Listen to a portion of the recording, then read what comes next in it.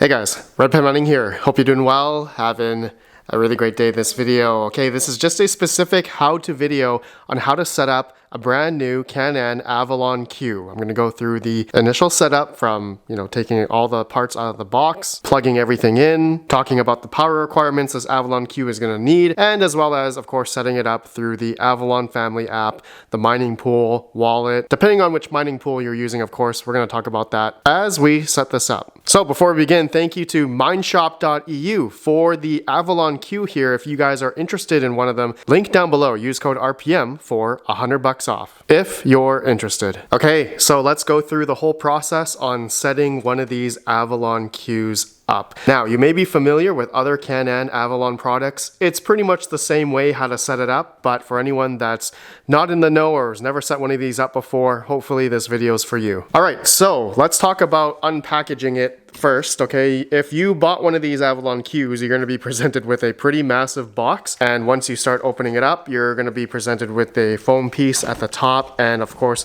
the manual for the Avalon Q, and as well as the power cable, okay, depending on which location you're in. I have a North American NEMA 515 plug here, and the other end goes into the back of the Avalon Q. Then as well in the box at the top, there's going to be a little USB Wi-Fi adapter, and this is what you're going to use to plug in directly into the USB port here so that you can utilize the Avalon Q pretty much anywhere in your house. And so the only cable that you'll need to plug in for the Avalon Q is the power cable, which is going to go on the back here. And there's also a power switch here to turn it on.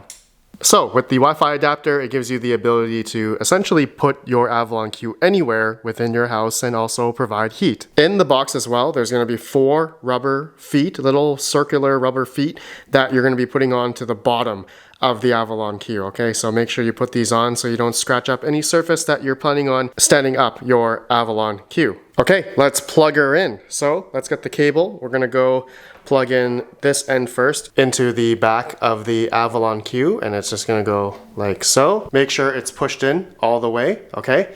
Then the other end, we're gonna plug into a wall outlet. Okay, so this is where I'm gonna talk about the power requirement. Okay, there is one thing to note. With the Avalon Q, there are 3 different power modes: Super, Standard, and Eco. And so if you're in North America, you're most likely going to have 120 volt circuits around your house and not 240 volt for anyone that's going to be running these things at home. Now, if you're in Europe or Asia, you're most likely going to be on 240 volts, so then you'll have no issue plugging in to there. But for my North American friends, like we're in Canada or USA, 120 volt circuits, majority people in North America have 15 amp outlets. So the other day when I set up my Avalon Q, I plugged it in and turned it on and then set it up and everything, it actually tripped the breaker because the power consumption was a lot more than the 15 amp breaker could handle. So it's tripped, and so I had to flip the breaker and run it at a lower power setting, which is actually more efficient. But if you're in North America and maybe in a newer age home, you might have 20 amp 120 volt circuits, in which then you will be able to run on super mode at 90 terahash at about 1700 watts. All right, I'm just plugging into an extension cable here just to demonstrate for you guys, because I have to do this on the table, but otherwise I would probably not use any extensions or anything like that. Okay, so it's plugged in the wall. Now we're going to flick on the back switch here, power button, and it's gonna turn on. Now, the next step is to get your phone. Okay, this is how we're gonna set up your mining pool, worker name, and all that kind of stuff, just to connect it to the app and to be able to control the Avalon Q here. So if you're on iPhone or Android, you just have to download the Avalon family app, okay? Free to download, and once you install it through the App Store, you can open it, okay? And I'm just gonna go through the whole setup process here. As you guys can see, I actually have a few other Nano 3s, Nano 3Ss associated to my Avalon app here, okay? So if it's your first time setting up the Avalon family app, you're most likely going to need to create a username or an email account, so make sure you register an account. Then once you got into the app itself, we now can set up the Avalon Q. So there is a 3-line bar button at the top here, and it should show new devices and scan. So we're going to hit new devices, and you may get a message here, using Bluetooth requires location authorization. Please turn it on. So you got to turn on the Bluetooth and also location services. So let's do that. All right, I'm turning on my Bluetooth and location services. Okay, that's on. Now we're going to go back to the Avalon family app here. Okay, we're going to hit OK here. If you got that tip message, if it wasn't on initially. Now it's going to say, please approach your device. You just got to be near it. And we're going to hit the search button. And it's going to find it right away. So yours might say Q underscore and a few numbers and letters. I'm going to click on that. And now it says, please confirm that the machine is about to be connected. So we're going to hit connect. It's going to connect and it says succeeded. So now we're going to need to choose our Wi-Fi, our local Wi-Fi, not the Wi-Fi of the device or your phone, but the Wi-Fi at your home. Okay, so this is just so that it can connect to your local Wi-Fi connection, your SSID, so that you'll be able to control. So click on Wi-Fi SSID here, select your Wi-Fi if it's broadcasting, and then also put in your password to join it. Okay, so once you got the password in, we're going to hit save. And it should take just a couple seconds here saving, and it's most likely going to reboot the machine, and it says succeeded. Okay, now you should see the Avalon Q in the app. Okay, we can actually click on it now. Okay, and it says security alert. New device joins, recommend to change the password. Okay, so you're going to get this message, you hit OK, and you're going to want to change the default password, which is admin. Okay, so you're going to type in admin first, and then you're going to type in a new password of your choice. Okay, so once you got that in, hit save, and it will say the device will automatically restart. I'm going to hit OK, and it's going to save. And it's, yep, there we go.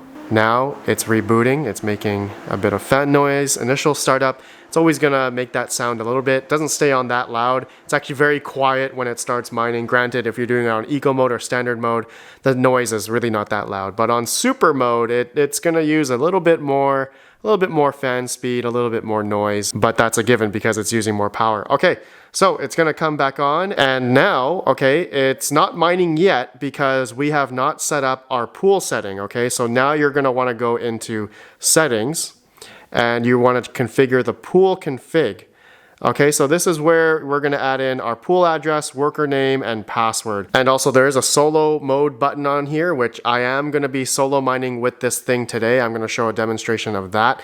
I'm not going to be pool mining with this thing. I'm actually going to be solo mining with this thing. So I'll show you guys an example of that. Okay, so let me explain something here regarding the pool addresses 2 and 3 and number 1 here. Okay, so depending which mining pool that you're mining on, there are a lot of different Bitcoin mining pools out there. Or if you're going to be mining a different fork of Bitcoin, like Bitcoin Cash, for instance, again, I'm going to be solo mining Bitcoin Cash on this thing. There are a lot of different pools. Okay, if you go to miningpoolstats.stream, you can choose the pool, the one that you like the most. Make sure to do your research. And so once you found a pool that you like, you want to make an account. All right, majority of the mining pools for Bitcoin or Bitcoin Cash, majority of them do need an account to log in. Okay, so just register an email, and that's going to be for your worker name. But for the example I'm going to show you guys today, I am going to be solo mining Bitcoin Cash. So once you've confirmed the pool that you're going to use, okay, you want to make sure you get the mining pool address, which if you're doing it through the phone, I've actually just emailed it to myself. It's actually much easier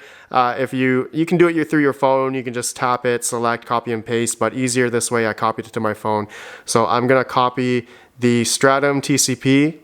Okay, this pool, this is the pool number 1, and I'm going to paste it in the pool Stratum address right here. Okay, I'm also going to do that to number 3 because I'm using Retro Mike's pool, and he does have another geolocation pool, which I'm going to copy right here.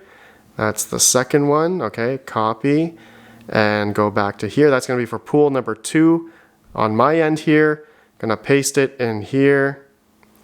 Okay, so there we go. That's the second pool. Now, the worker. Okay, so since I'm doing Bitcoin Cash, I am actually using through my Tangem wallet here. Okay, I have been solo mining Bitcoin Cash. I actually found a Bitcoin Cash block from my Mini 3. Thankfully, that was really, really cool. But yeah, to get my receiving address, I'm using a Tangem cold storage wallet. If you guys are interested in a cold storage wallet, use code RPM for 10% off at tangem.com. But we click on Bitcoin Cash.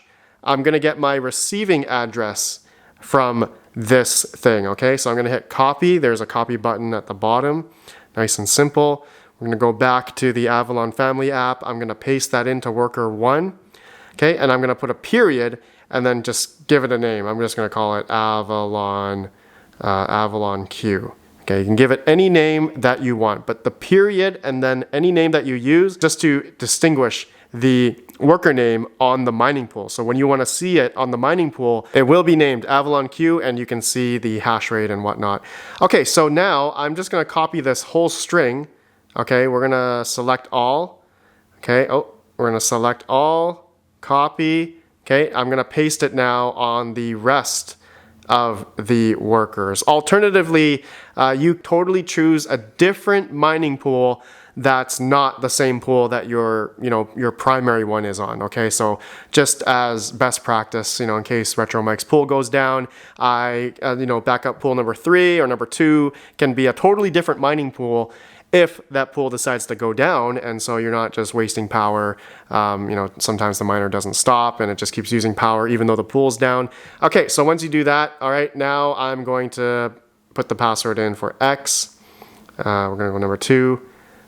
X, I always just use X password. It can be any password that you like, but yeah, I'm just using lowercase x for all of them. Okay, so once that's done, okay, now you're gonna hit save. Make sure you confirm all the pool settings on each of the numbers and hit save.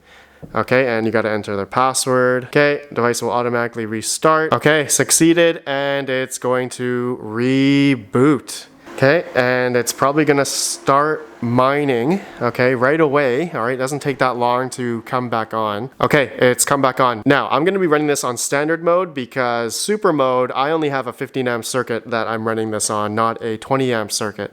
Again, please verify your guys' power infrastructure before you run this thing. You may trip a breaker, which is really not that hard to, put the breaker back on. But anyway, standard mode and eco mode, these are the modes I'm most likely gonna be using. But now, yeah, it's gonna start mining now. Okay, so just give it a couple minutes and it'll start going. In the meantime, there is one thing I want to show you guys. Alternatively, if you do not want to set it up through the app here, the pool config, doing it through here, okay, you want to go back, okay, and if you want to get the IP address, okay, you can just hold down here and you can see the IP right there, 1030.0.119 for me.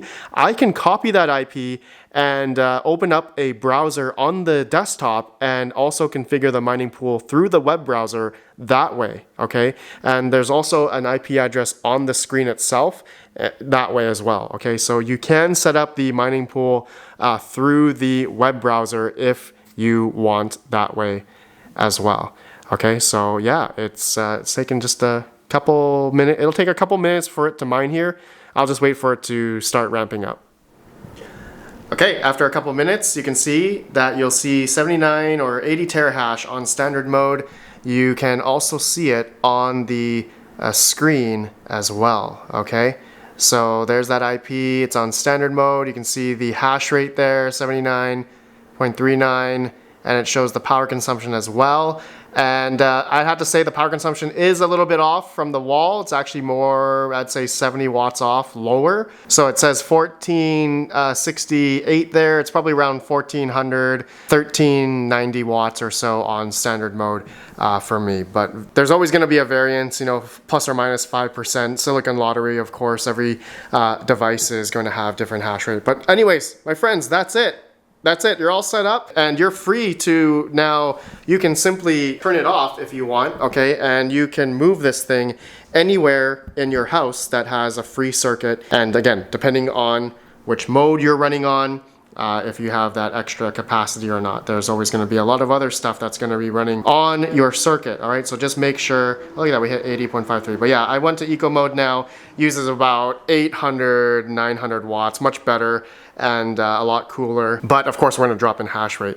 All right, my friends, that's it. That's the how-to video on how to set up the Avalon Q. Let me know if that helped you. If not, let me know also down below. All right, I'll see you all in the next one. Again, if you're interested in one of these miners, go check out mineshop.eu. I have a link down below. Use code RPM for $100 off if you're interested. All right, I'll see you all in the next one. Have a good one.